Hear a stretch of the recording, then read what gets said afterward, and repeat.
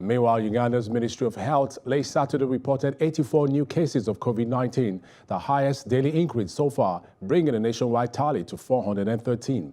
Out of the 1,835 samples collected from cross-border cargo truck drivers and communities in the last 24 hours, 52 Ugandan truck drivers and 32 contacts of previously confirmed cases under quarantine tested positive for the virus, the ministry said in a statement.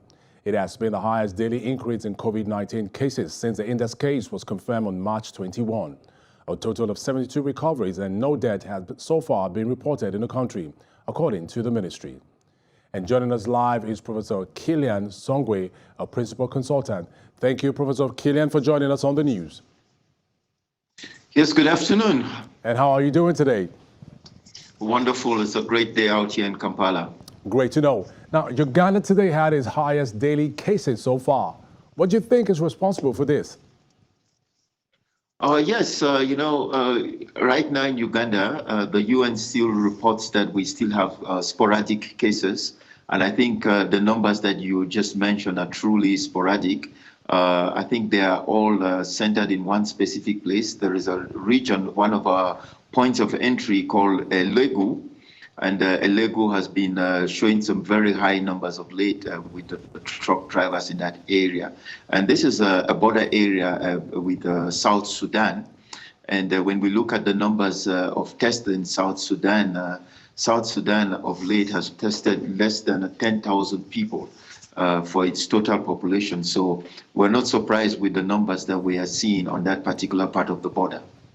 Now, there have been reports of foreign truck drivers returned back to their country of origin instead of them being treated in Uganda. Is this a good idea? I don't know what's a good idea when it comes to treatment. I think everybody needs treatment as soon as possible so that we don't, the transmission should be reduced.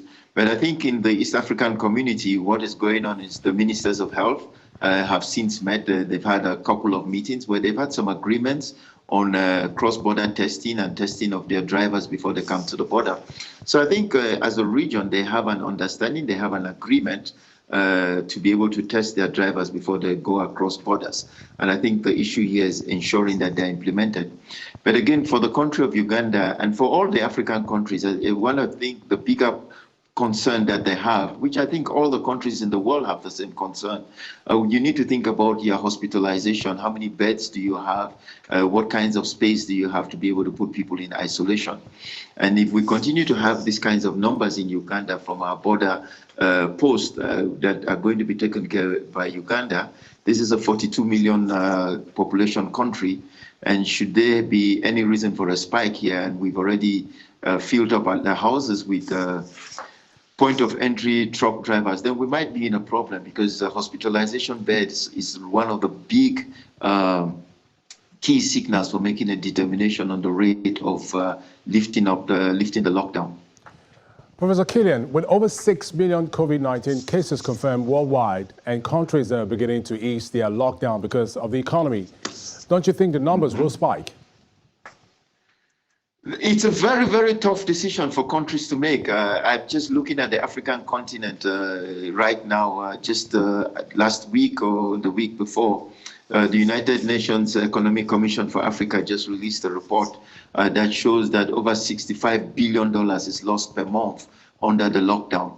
So it's a very tough decision for a market such as Africa, that is, in my opinion, a growing market, to be able to stay on a lockdown.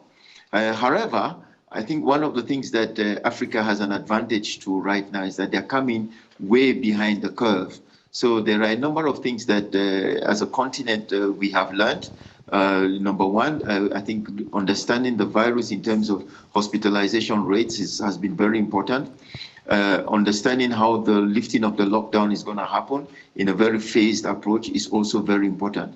However, after all of that is said, yes, if you do a spontaneous lifting of the lockdown, yes, you're going to have a new research in the infection rates across any continent that does a lift up of the lockdown without a much more phased approach. They're going to certainly have a research.